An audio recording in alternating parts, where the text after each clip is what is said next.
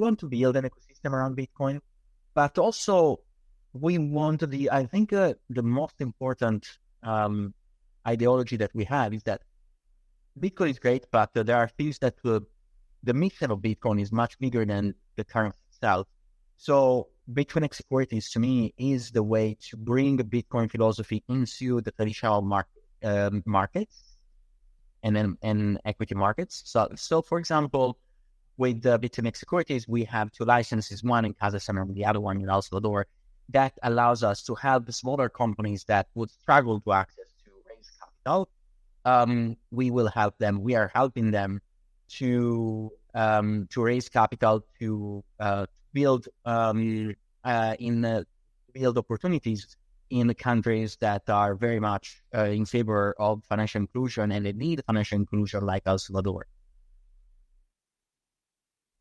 All right. Welcome back to another episode of Bitfinex Talks. I'm your host, Ricardo Martinez, and today we have a very special episode. We're celebrating Bitfinex's 12-year anniversary, and I'm here with Bitfinex CTO, Paolo Ardoino.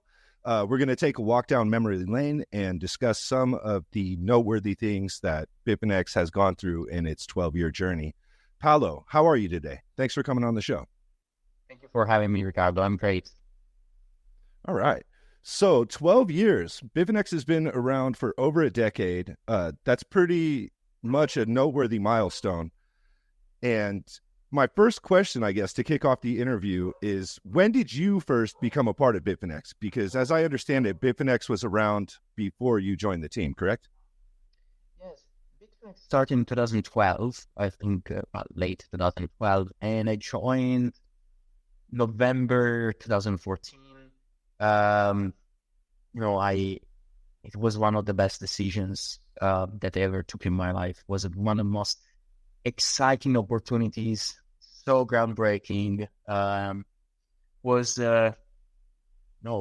that time, 2014, Bitcoin was still either mocked or ignored by the establishment. 10 years after that, in 2024 now, different state of the industry, but I felt like almost Christopher's Columbus, in 2014 when I joined Bitfinex.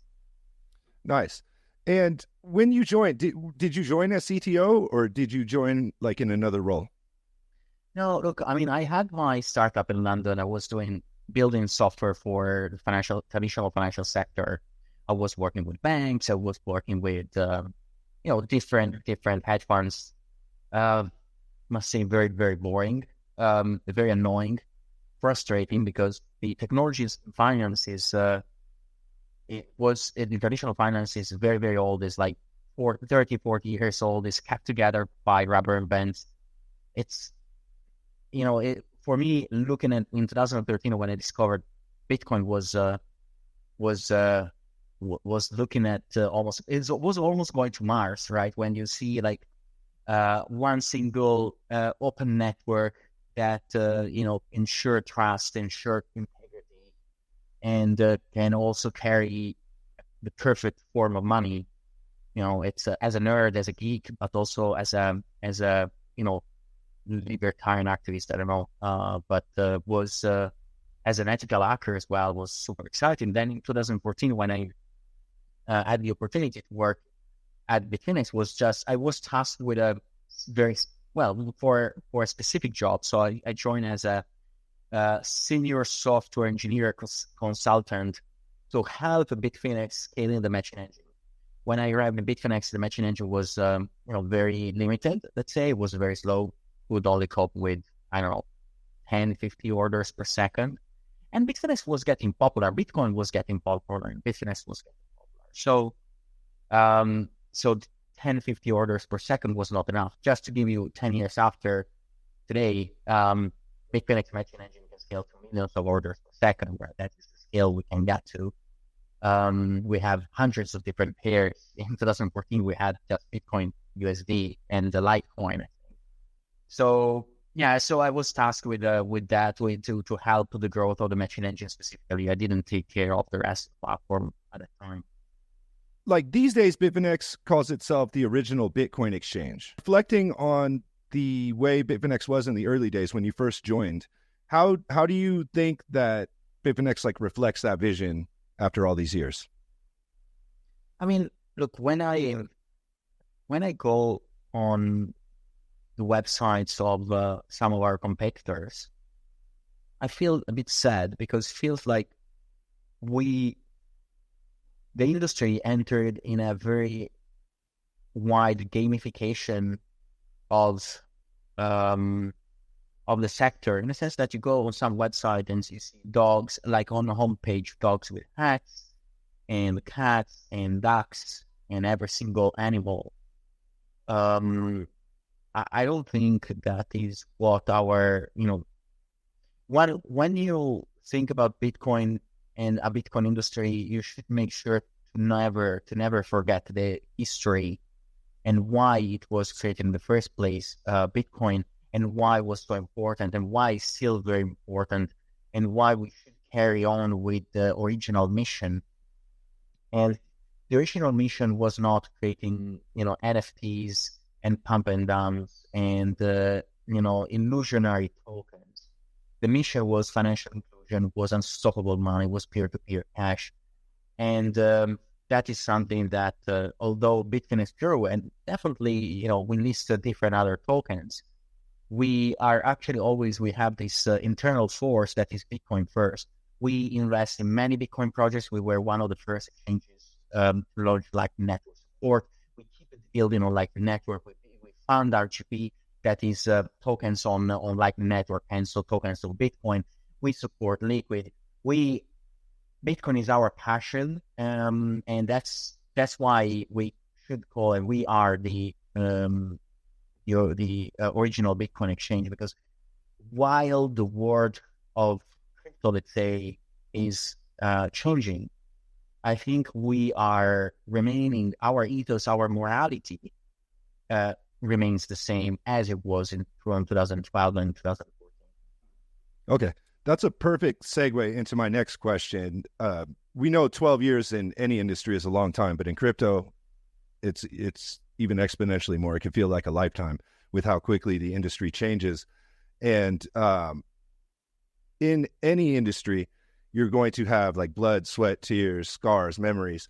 What would you say are like the biggest challenges that Bitfinex has faced over the last 12 years? Well, for sure, the biggest challenge was in 2016, right? So in 2016, I just, I had myself up, as I said, in London. I had decided to shut it down and to fully focus on Bitfinex. And then just 1 month after I did that, the Bitfinex was hacked. It was 2nd of August 2016. And I think that moment was the biggest setback, but also the biggest opportunity, the biggest show of commitment as well, right? So I believe that in a very bad situation, that's the moment you can show your character, and that's what I loved about the Bitfinex team. We all together decided that we suffered a security breach, and we had to work hard to give back to the community, to make everyone whole, which we did in just 7 months after the hack.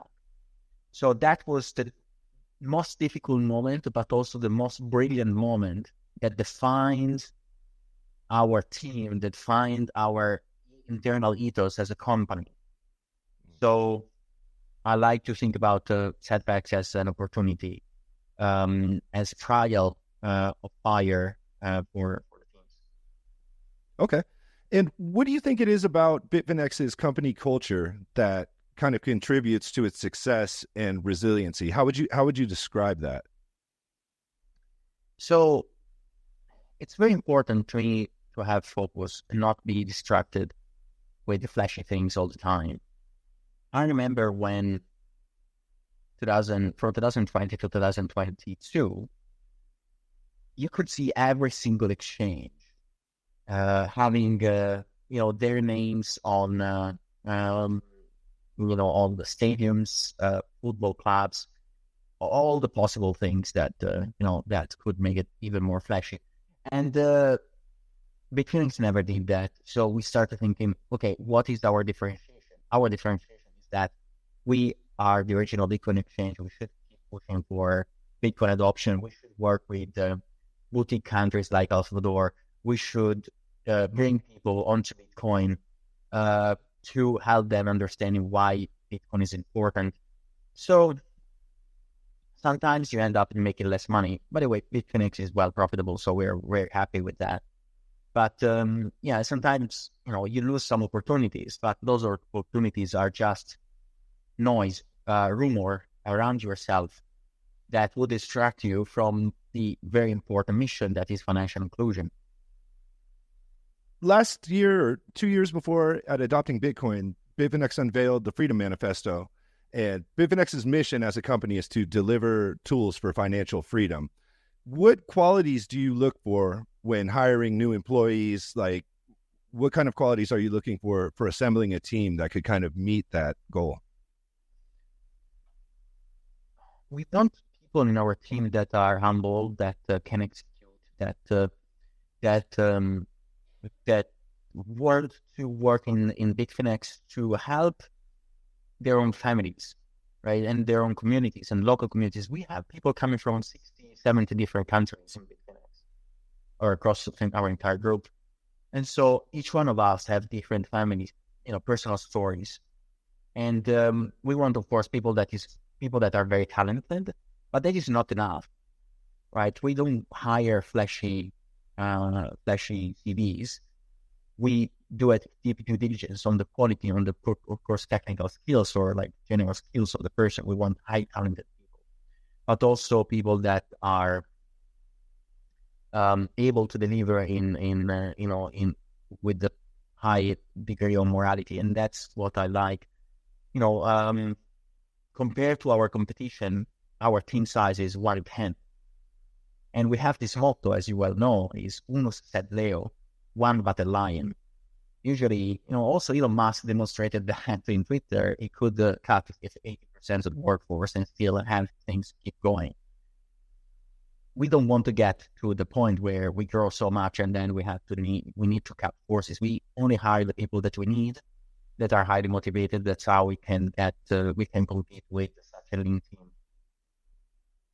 In regards to Bitfinex's growth, like what strategies or decisions do you think have been like most critical in helping it scale and become so successful? We never took the easy decision. Again, we didn't open an NFT platform. We didn't do many things.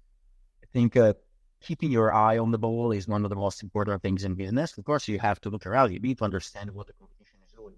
But if you keep, being jealous of what the competition is doing, then you will never deliver your mission. Okay. And you've touched on this several times already in the interview, but Bitfinex focuses primarily on Bitcoin as the foundation of like a new and open financial system. How has that focus on Bitcoin evolved over the past 12 years? Well, we started looking at different products that we could launch on Bitcoin, or different technologies that we could integrate. First, like Lightning Network, Liquid RGB, Bitcoin derivatives. We work with Synonym to offer Lightning channels that can be, one-click Lightning channels. So we integrated with Bitrefill so they can pay. You can buy gift cards with Lightning. So there's an ecosystem. We want to build an ecosystem around Bitcoin, but also we want to I think the most important ideology that we have is that Bitcoin is great, but there are things that the mission of Bitcoin is much bigger than the currency itself. So Bitfinex Securities, to me, is the way to bring the Bitcoin philosophy into the traditional markets and equity markets. So for example, with Bitfinex Securities, we have two licenses, one in Kazakhstan and the other one in El Salvador. That allows us to help smaller companies that would struggle to access to raise capital. We will help them. We are helping them to raise capital, to build build opportunities in the countries that are very much in favor of financial inclusion and they need financial inclusion, like El Salvador. So with Bitfinex Securities, now we help raising capital for micro capital that is micro lending opportunity focusing on Central Asia. We have different opportunities in El Salvador that are listed and we're working on. So this is bringing Bitcoin concepts into the broader financial world, and I think that mission we are just started while everyone else is focusing, I think, still on how to squeeze the last drop from the crypto customers.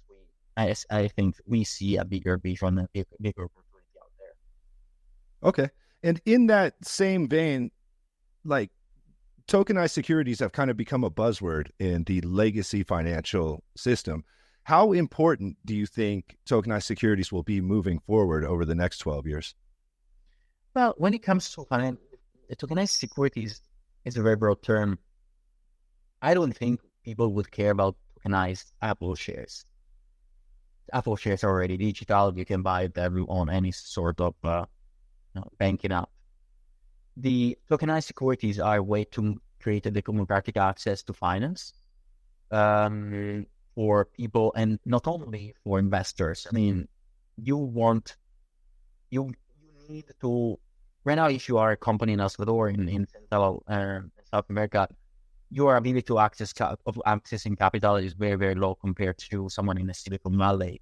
And so creating tokenized, merging the concept of tokenized securities with the concept of using digital avenues to help entire countries to have access to better liquidity is what excites me. So, tokenized Google shares, Tesla shares, and so on is a little bit is something that might sell in the US, but I don't think will sell much in the emerging markets. Over the past 12 years, Bitfinex has obviously achieved a whole lot. If you had to choose one, which achievement are you most proud of over the last 12 years? Right. That is a tough one. We need so many things. Well, one of the things that I like the most, I mean, I'm not sure if it's too important with your question, is actually catching the guys that took the Bitcoin from us. That is it's not the product, that thing. It's a very tangential, but it's the demonstration of who we are as a team. So we never lost faith. We worked with Chainalysis and U.S. law enforcement, following those guys. And then eventually they made the rogue step and they were caught. So, it's, and the fact that we repaid back and we made everyone whole after the end is the best feature of Bitfinex, because it's the demonstration of the team. What was your reaction when you received the news that they finally got the guys after all those years?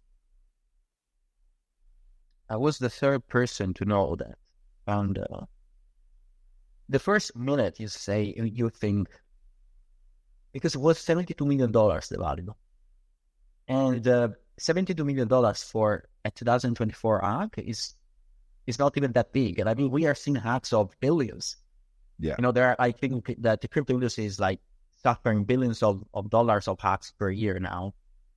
But then, back then, it was very, very, very insane amount of money. Still are. I mean, $72 million are a lot of money. But I was heartbroken.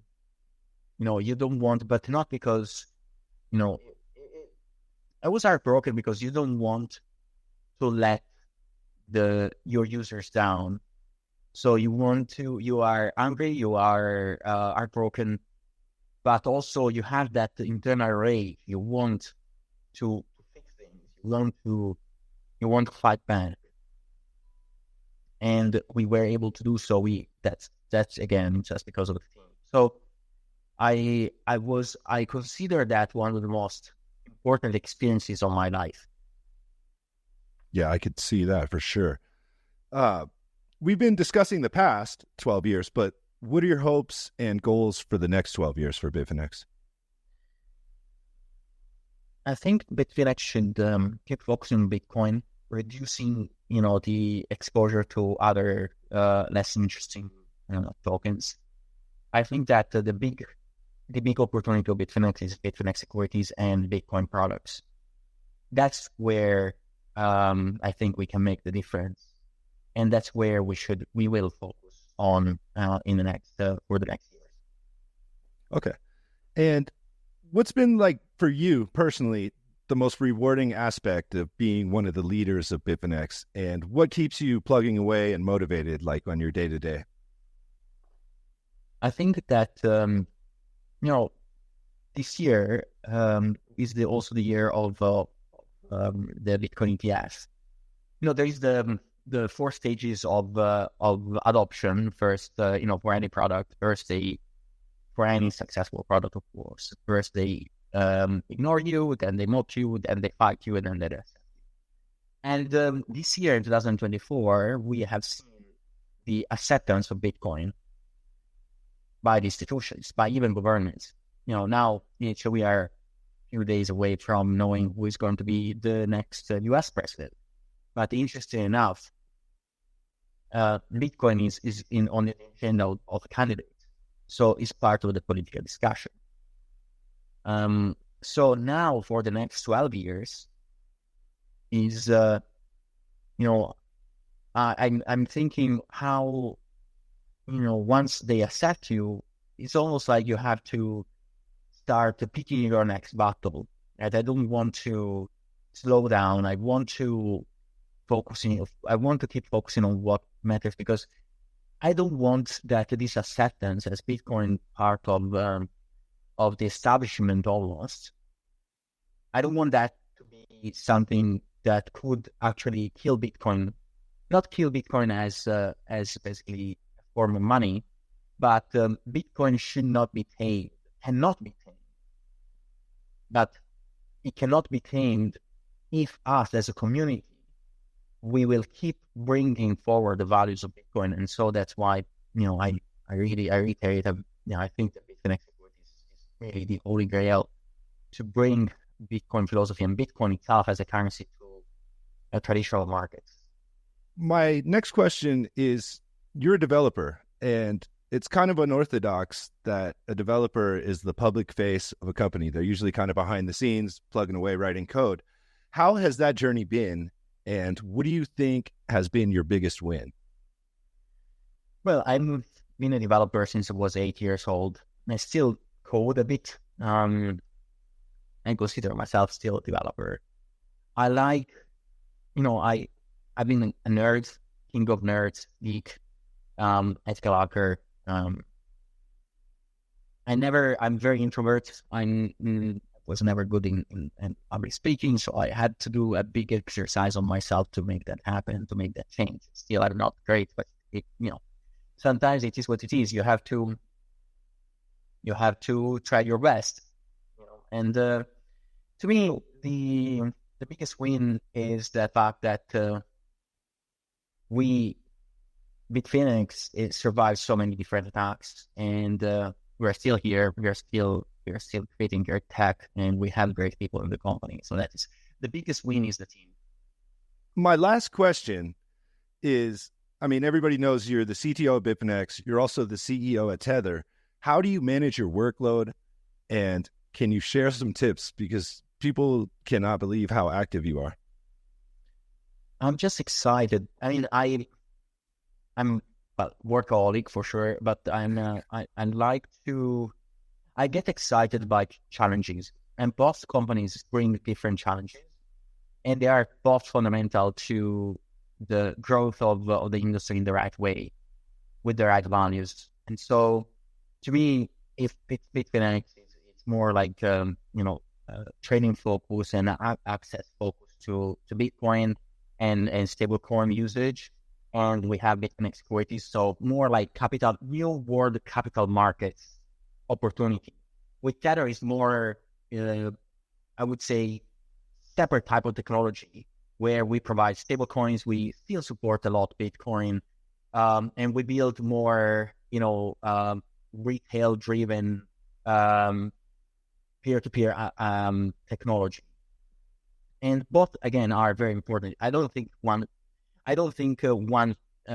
you can have a success in an industry without companies that are so much aligned between like Bitfinex and Tether in terms of vision. So I'm very proud to be part of both. It's every day when I wake up, I'm very excited to work on. Yeah, it's incredible the way you handle your responsibilities. Paolo, is there anything else that I haven't asked you that you'd like to add before we close out the interview? No, I think it was very, very fun. I thank you for that. Just I cannot wait for the next what would be 2036 interview, where we go back to the last 12 years or 24 years, and we will talk about what we achieved. I think it's very exciting. So thank you again for the opportunity. Well, thank you, and congratulations to your success. Thank you, Ricardo. Have a great day. You too.